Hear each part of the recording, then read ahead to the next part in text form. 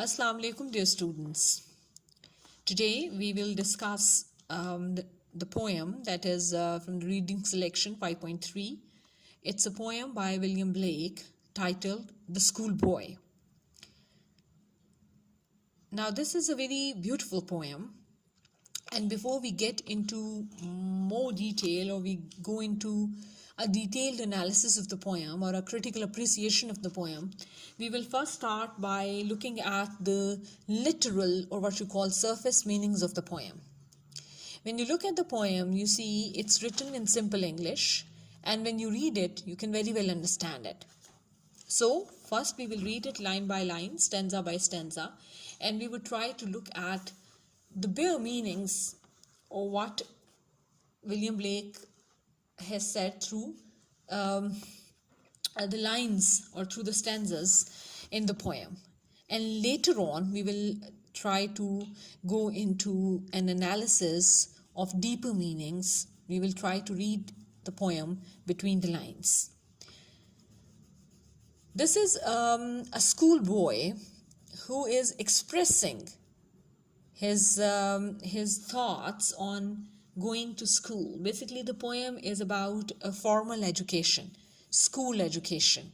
जो poem का जो आप कह लें कि जो context है वो ये है कि एक स्कूल बॉय है, स्कूल गोइंग बॉय, जो कि अपने ख्यालात का इजहार कर रहा है इस बारे में कि उसको स्कूल या स्कूल की एजुकेशन कैसी लगती है. So basically the poem is about formal education, when education is received and given, when learning and teaching takes place in formal settings. जब बच्चे स्कूल जाते हैं और स्कूल में पढ़ते हैं, बाकायदा तालीम हासिल करते हैं, it's about that. So in a way, William Blake tries to maintain that this formal education is something that puts a burden on growing children. और जो स्कूल गोइंग बच्चे हैं वो इस फॉर्मल एजुकेशन की वजह से they feel chained and they feel strained and they feel stressed and they feel that there is a burden on their shoulders, and they do not seem to enjoy going to school, and because they are free souls and what they like the most is freedom. And it appears as if William Blake is of the point of view कि अगर उन बच्चों को आप school going बच्चे जो हैं, young children हैं, they will learn more in an informal setting than they will learn in a formal setting. A formal setting is where there is an educational institute, there is a teacher who is teaching you, there is a student who is learning, one or more students, and where there are many restraints, like you have to appear for an exam, you have to come early in the morning at a set hour, you have to leave at a set hour, you have to study for certain hours at school every day, you have to do all the work that the teacher requires you to do, you have to appear in exams and of course pass them. So there are many restraints, there are many things that are cumbersome for a school going child. So William Blake seems to maintain that a school-going child has a free spirit, and he can learn better if he learns in that informal setting, if he is given more freedom, and he can enjoy that freedom, and there are no timelines, and there are no strict schedules to follow, and there are no strict disciplines to follow, because he believes that the spirit of a child is so free, it under the bounds of discipline it will crumple down. बच्चा अपनी उसकी जो natural abilities हैं, जो उसके talents हैं, वो सामने नहीं आ सकेंगे, वो नरिश नहीं हो सकेंगे अगर आप उसके ऊपर इतने ज़्यादा बर्डन डाल देंगे, उसके ऊपर इतने ज़्यादा रिस्ट्रेंट्स डाल देंगे. तो ये बेसिकली जो पोएम का जो मीनिंग है, जो पोएम की अंडरस्टैंडिंग है, जो पोएम का कॉन्टेक्स्ट है, जिस्ट है, वो यही है कि एक बच्चा जो कि फ्री स्पिरिट है, जो कि आगे आप देखेंगे in some latest stanzas, in stanza 4 and 5, this child, a school going child, has been compared with a bird, and later on in this stanza, 5th stanza, he has been compared with a plant. So something that knows that grows naturally, and something that grows best in a natural environment. So this is the gist of the poem, that a child is also like a bird who enjoys freedom and who would grow best if he is given that freedom and if he enjoys that freedom. And in an informal setting, he will learn more. And William Blake, like Wordsworth, believes that nature can be the best teacher that a child can have. More than books, what can teach a child to be a better human being, that can prepare him for his future, is not the books. It's nature that can teach him all these lessons. It's a freedom that he enjoys as a child that can teach him these lessons. It's his surroundings that teach him these lessons. Okay, now we start the poem stanza by stanza. In the first stanza, right, says, I love to rise in a summer morn. Now this is the schoolboy himself. The schoolboy is the speaker of the poem, basically. Who is speaking in the poem? Who is the I? Who is the I of the poem? It's the schoolboy. So he says that he loves to rise in a summer morning when the birds sing on every tree. The distant huntsman winds his horn and the skylark sings with me. Oh, what sweet company. So if you look at the first stanza, in the very first stanza, the schoolboy makes it clear that what are the things that he feels appealing and inviting. What are the things that he finds pleasure in? What are the things that he counts as sweet company? And what are those things? A summer morning when birds are singing on every tree, and in the distance there is a huntsman who is winding his horn, and he can hear he can hear him blowing his horn. And then there are skylarks that are singing in the bush. So the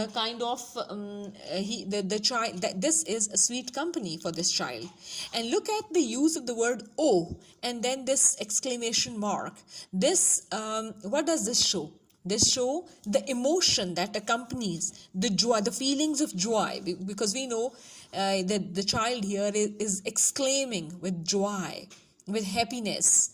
That such a company is something that he yearns for, that such a company is something that he loves the most, and he calls it, oh, what sweet company. Look at the use of the word oh. It is such a spontaneous oh that he's exhilarated. He's so happy when he thinks of all this. So from the very first stanza, the writer has acquainted you with the school-going child's idea of happiness, of sweet company. And what is his idea of sweet company? His idea of sweet company is when he is among the objects of nature. If you notice, these are all the natural things he has talked about. A summer morning, birds singing on every tree, distant huntsman winding his horn, skylark singing with the child. So when he finds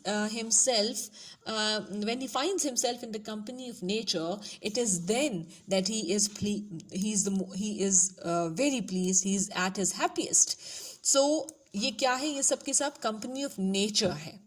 तो वो ये बहुत खुश हो रहा है बच्चा. और कब ये सबसे ज़्यादा खुश होगा? जब ये when he will be in the company of nature. But now look at this but. This but is very important. This is a change. This is a shift.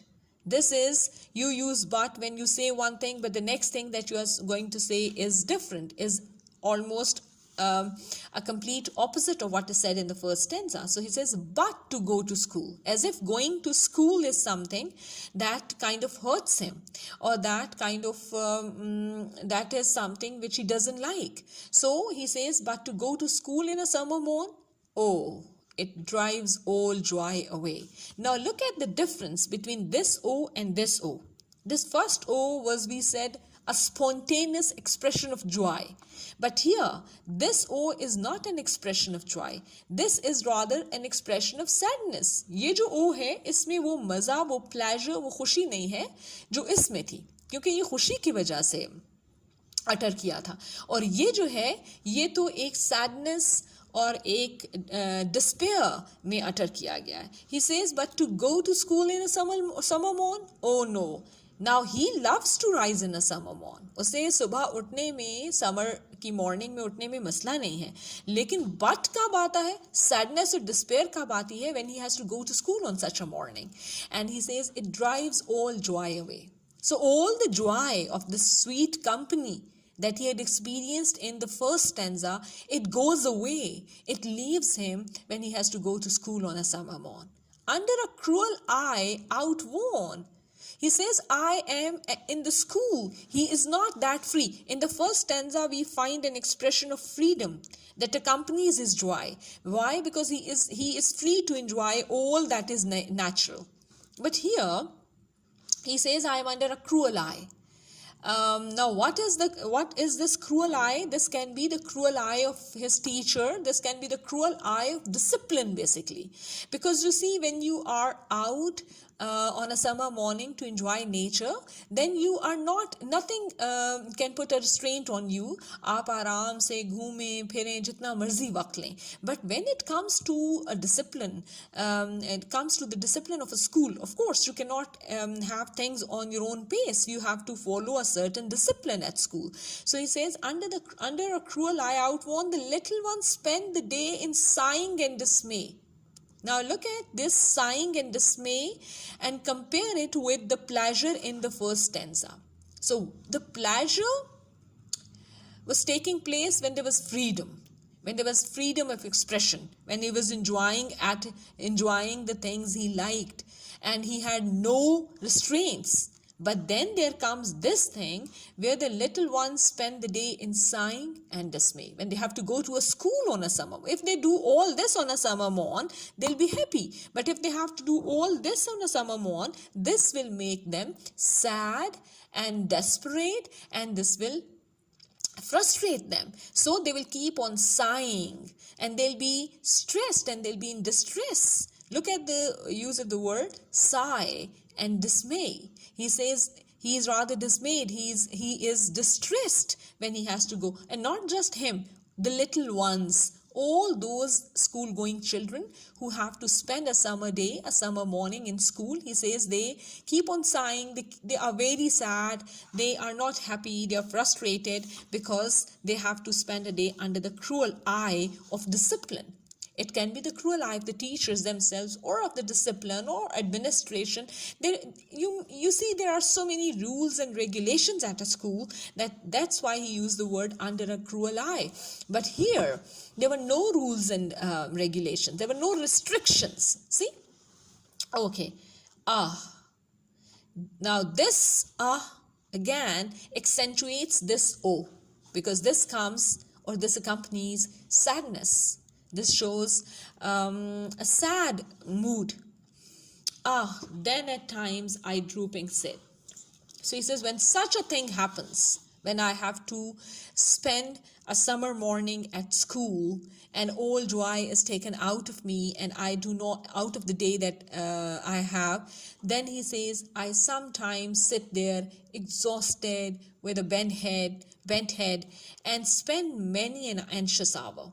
So he says, for long hours I feel that sadness and disappointment and despair, and for long hours that there are long hours that I feel distressed. There are long hours that I do not enjoy.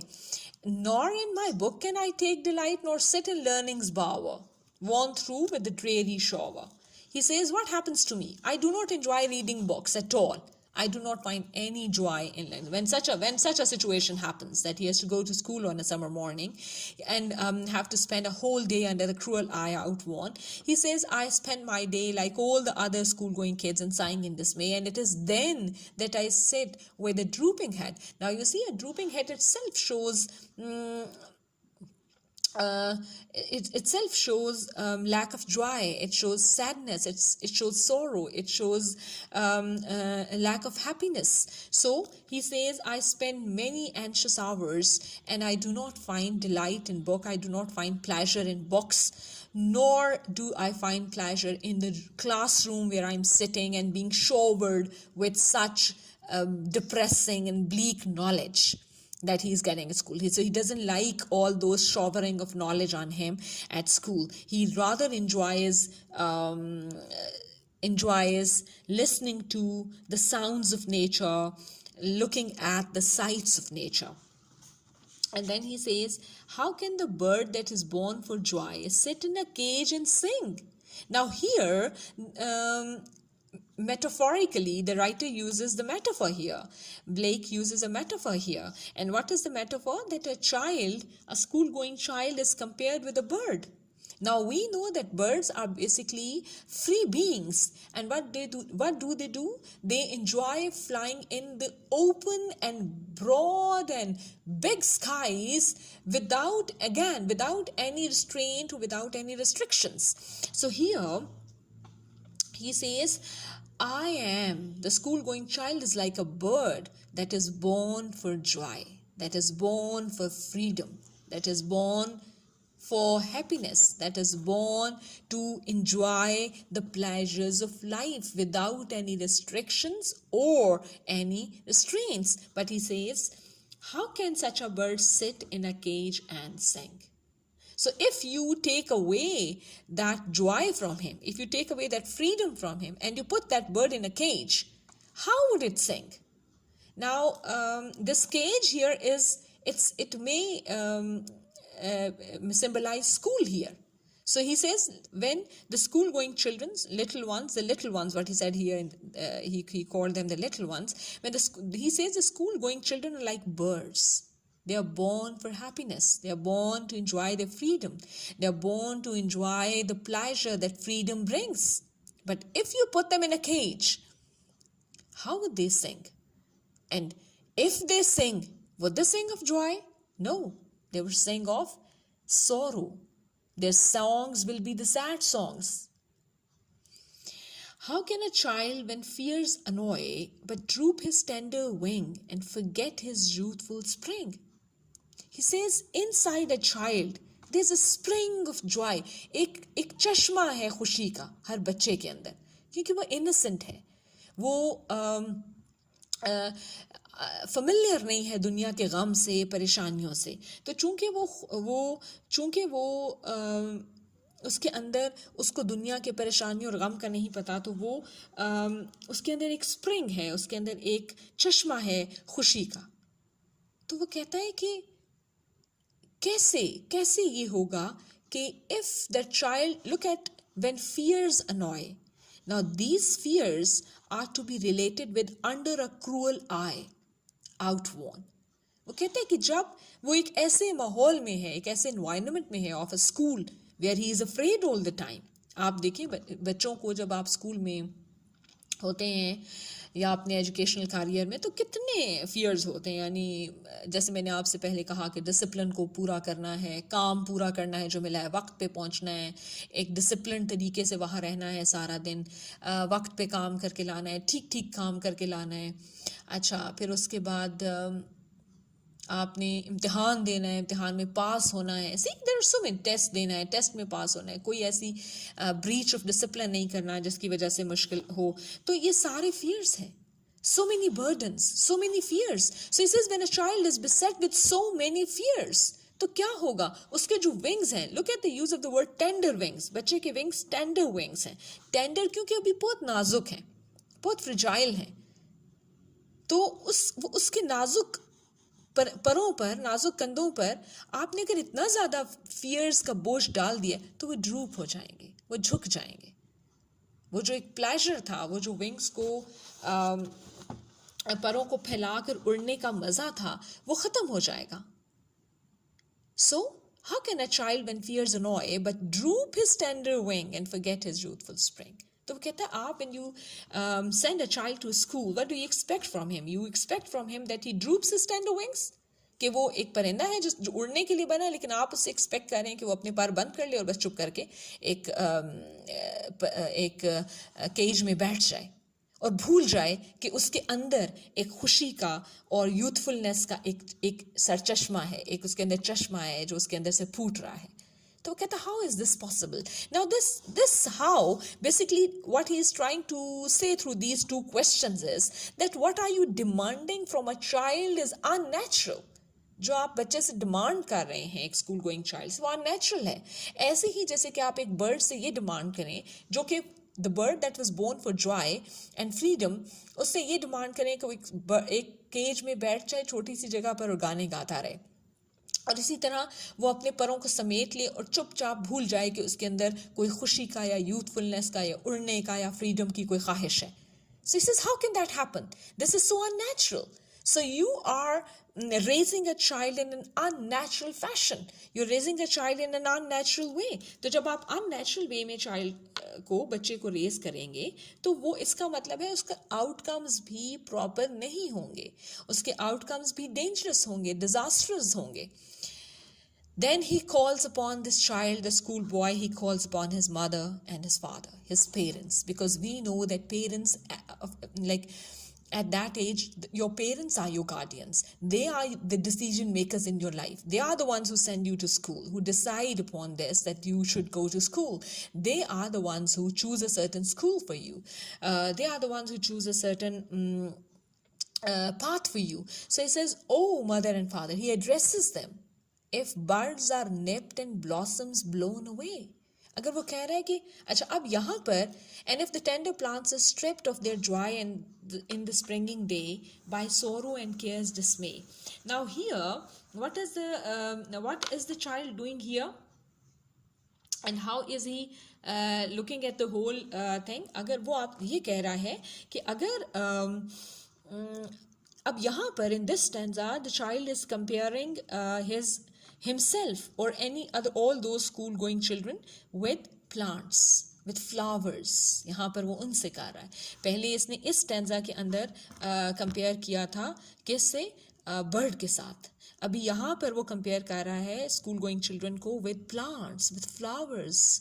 तो वो कहता है कि father and mother, he talks to the parents and he says, if birds are nipped and blossoms blown away, blossoms here are flowers, birds कलियां, nip का मतलब होता है यूं कुचल देना. वो कहते हैं अगर आप बच्चों को जो कलियों की तरह हैं, जो फूलों की तरह हैं, अगर आप उनकी पत्तियों को उड़ा दें, उनको तोड़ दें, उनकी कलियों को मसल दें, and if the tender plants are stripped of their joy in the springing day, और जब वो खिल रहे हों ऑन अ स्प्रिंग डे, क्योंकि स्प्रिंग में हमें पता है कि जो फ्लावर्स हैं, जो प्लांट्स हैं, वो अपने ब्लॉसम की पीक पर होते हैं, they are the peak of their blossom.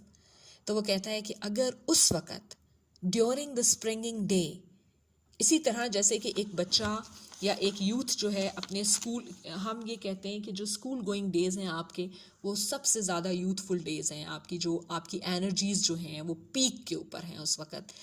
तो वो कहता है कि अगर फ्लावर्स को, पौधों को, टेंडर प्लांट्स को, look at the use of tender wing, पहले भी कहा था क्योंकि नाजुक है बहुत बच्चा, तो जो उसकी फ्रिजिलिटी है, उस फ्रिजाइल है वो.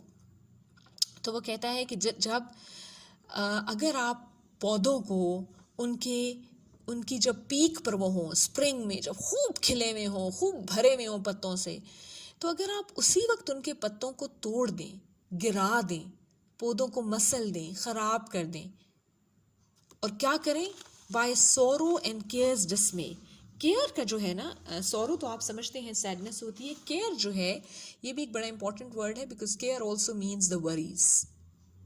तो वो कहता है कि अगर आप छोटे छोटे कलियों को, छोटे छोटे पौधों को उस वक्त, when they are at the peak of their energy, when they are at the peak of their existence, when they are at the peak of their lives, अगर उस वक्त आप उनको मसल देंगे, और किन चीज़ों से? वरीज से, सैडनेस से, डिस्ट्रेस से, तो क्या होगा? Now he had given some conditions and now he says, now he questions, how shall the summer arise in joy or the summer fruits appear? देखिए, spring is followed by summer. Spring में पौधे तैयारी करते हैं summer में fruit देने की. Spring पौधों को तैयार करती है, इट प्रिपेयर्स देम, कि जब समर आए तो क्योंकि आपने देखा है स्प्रिंग में फ्लावरिंग होती है पौधों पे, और बाय द टाइम समर आती है तो पौधे ने इतना सनशाइन और इतनी हवा और सब कुछ ले लिया होता है कि वो फ्रूट, वो जो फ्लावर्स हैं वो समर तक फ्रूट्स बन जाते हैं. तो अगर आपने स्प्रिंग में ही उनके ऊपर से तमाम फूल पत्ते उतार के फेंक दिए थे, तो फिर तो समर में उन पे कोई फल नहीं आएगा. So this is so beautiful and this is so deep. I like it very much when the writer says that since you strip a child of all joy during his school going years, during the innocent years of his early childhood, जब आप उसके early childhood के सालों में उसको strip कर देते हैं, उसका सारा जॉय, उसकी खुशियां उससे छीन लेते हैं, तो फिर वो कहता है कि आप कैसे एक्सपेक्ट करते हैं कि जब समर आए तो उसके ऊपर फल लग जाए. आप कैसे एक्सपेक्ट करते हैं जब वो थोड़ा बड़ा हो तो वो तमाम तर बातें जो आपने सोची थी उसके मुस्तकबिल के लिए वो उसमें हो. क्योंकि आपने तो जब उसका पीक ऑफ एग्जिस्टेंस था, जब पीक ऑफ यूथफुलनेस था, तो आपने उसको पनपने ही नहीं दिया, आपने उसको नर्चर ही नहीं किया. Or how shall we gather what grief destroy? See, he says, how will you gather the things जो grief ने destroy कर दिए, जो grief आपने उनको दिया, जो sorrow आपने उनको दिया, जो distress दिया, जो dismay दिया, जो cares दी, उन्होंने बहुत कुछ destroy कर दिया in a child. How would you get good results out of that? Or bless the mellowing year when the blasts of winter appear. And this is so beautiful. Summer में होता यह है कि स्प्रिंग में पौधे renew होते हैं, उनके ऊपर नए फूल और नए पत्ते आते हैं, पौधा स्ट्रॉन्ग होता है because it gets a lot of sunshine, it gets a lot of good air. तो वो बहुत ब्लॉसम करता है स्प्रिंग में, फिर समर में वो फल देता है. तो ये जो चीज़ें हैं इस दौरान during the spring and summer the plant gets strong enough, वो अपनी तमाम वो चीज़ें जो उसको चाहिए होती हैं वो लेता है और स्ट्रॉन्ग हो जाता है. और स्ट्रॉन्ग होने की वजह से होता ये है कि जब विंटर्स आते हैं तो विंटर के जो ब्लास्ट होते हैं, जो विंटर ऑटम की और विंटर की सर्दी है, तेज़ हवाएं हैं और सूरज का ना निकलना है, वो उन सब चीज़ों को बर्दाश्त कर लेता है. Why? Because he has spent a good spring and a good summer. Since it had spent a good spring and a good summer, it can even in when winter comes, it can bless the mellowing year, the maturing, ripening year, and can stand against the blasts of winter. So he says, now here, if you compare it with the development of a child, the writer says, the poet says, or he believes that early childhood years are very, very important. They are teaching the child he's teaching him the lessons and things that he will utilize for all the rest of his life. It teaches him, it prepares him for the future, because we know that when a child grows up and enters a practical life, what happens? He has to what does he have to do? Mellowing year यहाँ पर maturity के years हैं. जब बच्चा mature हो जाता है, वो बच्चा नहीं रहता, वो बड़ा हो जाता है और वो mature हो जाता है, तो उस वक्त blasts of winter appear होते हैं, यानी उस वक्त उसे ज़िंदगी के मुश्किलों का सामना करना पड़ता है. तो अगर आपने childhood में उसको तैयार ही नहीं किया उन मुश्किलों का सामना करने के लिए, अगर उसने एक भरपूर और भरा पूरा और एक बहुत ही खुशगवार किस्म का चाइल्डहुड नहीं एंजॉय किया, तो फिर वो अपने उन मैच्योरर ईयर की मुश्किलों के लिए तो आपने उसको तैयार ही नहीं किया.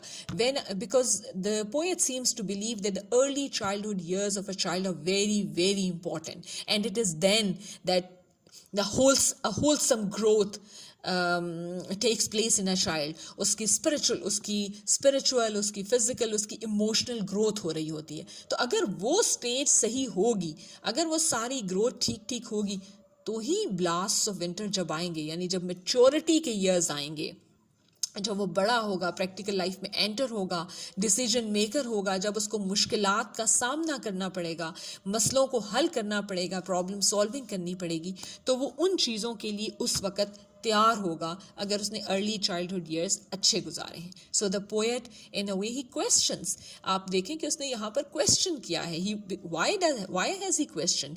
ही has question because he wants you to think about it.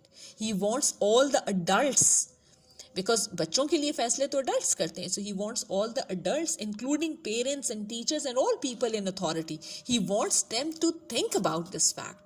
He wants them to see that they're making big mistakes during the developing years of their child.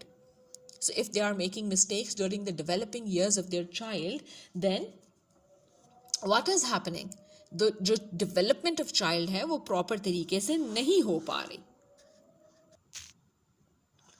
So here he questions this. Now whom is he questioning? The adults, the decision makers, the people who have experience, the maturer people, the ones who make decisions for children. So you see, William Blake is, as the notes here also say, that he is a visionary. He was, I believe that he was a true visionary for his age, and he believed in, and he saw things beyond appearances. William Blake, because these are the things that nobody that a small fraction of people will understand. Otherwise, we believe that every child should go to school, they should learn. That we do not see that during the years when they are developing, when they should be when they should be enjoying freedom, when they should be enjoying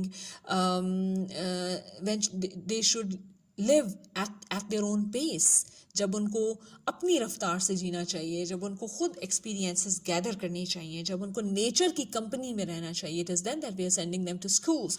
And school is a kind of an influence where children are mostly unhappy at an early age. आपने देखा है बच्चे रोते धोते भी जाते हैं. So that leaves an impression on their minds, an impression that is indelible. I mean that stays there for a long time.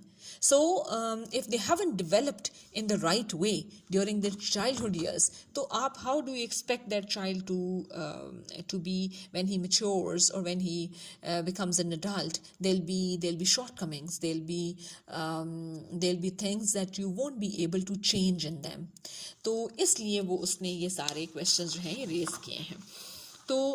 So this is what the poem means, or these are the issues that the poem raises. It talks about the disadvantages of formal education in early childhood, and it believes that nothing can teach a child to be a better human being than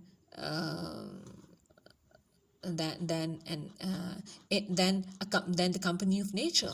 And you see, in the very first stanza, look at the ecstasy that the child feels when he is in the company of nature. It is later on when he goes to school, he talks about his dismay, he talks about his sighing, he talks about sorrow and cares dismay. It is then that he realizes that school is not that pleasant a place. School is not that pleasant an influence. And he says it's just like putting a bird in a cage and demanding him to sing. It is just like nipping the birds and stripping the plants of their flowers and their leaves, and then demanding that they give fruit, or that they stay strong against the blasts of winter, because he says that is not possible. So basically what he is trying to tell or trying to say in this in this poem is that all this kind of schooling and this kind of formal education is all unnatural. This is an unnatural way of bringing up a child, of raising a child. And when you carry on an unnatural way of doing that, anything that you do in an unnatural way will have unnatural results. अगर आपने एक पौधे को unnatural तरीके से उसके पत्ते, फूल, कलियां तोड़ दिए स्प्रिंग में, तो फिर समर में वो फ्रूट नहीं दे सकता. This is so unnatural to demand fruit in summer if you have done that in spring. Or nor can that tree be prepared to face the blasts of winter. तो वो कहते हैं human beings भी तो nature के ही objects हैं, human beings का भी तो यही मसला है। तो अगर आपने एक काम को नेचुरल वे में किया नहीं तो आप नेचुरल रिजल्ट्स उससे एक्सपेक्ट नहीं कर सकते। This is what he is trying to tell us, that if you have followed unnatural ways of raising a child, the results that come out will not be natural. They will also be unnatural. So you cannot do a wrong thing and expect a correct result. This is what he tells you, or demand a correct result. So he wants us to look at our ways of raising children and then decide for yourselves. See, this is a beautiful poem. And it raises some really beautiful rhetorical questions that we all know answers to, of course. Okay, so this much is enough for today. आप इस poem को पढ़ें अच्छी तरह, इसके difficult words अगर आपको कोई लगते हैं उनके मीनिंग्स देखें, वैसे तो उन्होंने ख़ुद भी मीनिंग्स इसके साथ दिए हैं। फिर उसके बाद आप जो हम इस लेक्चर को प्लीज़ सुने और इसको अंडरस्टैंड करने की कोशिश करें। हम in the next video we will go on to the exercise. हम एक्सरसाइज के क्वेश्चंस देखेंगे, हम इस चार्ट को फिल करने की कोशिश करेंगे। प्रेपोजिशंस के ऊपर इस लेसन के अंदर उन्होंने आपको बताने की कोशिश की हैं चीज़ें, उनको देखेंगे। ये एक्सरसाइजेज हैं, तमाम exercise, these are very long exercises and as you know कि मैं हमेशा चाहती हूँ कि आप एक्सरसाइजेज पहले ख़ुद से करें और फिर उनको हम डिस्कस करें लेटर ऑन। तो आपने ये करना है कि क्वेश्चंस, ये जो एक्सरसाइजेज हैं इनको आप डिस्कस कर, इनको आप बुक के ऊपर ही करने की कोशिश करें ख़ुद से।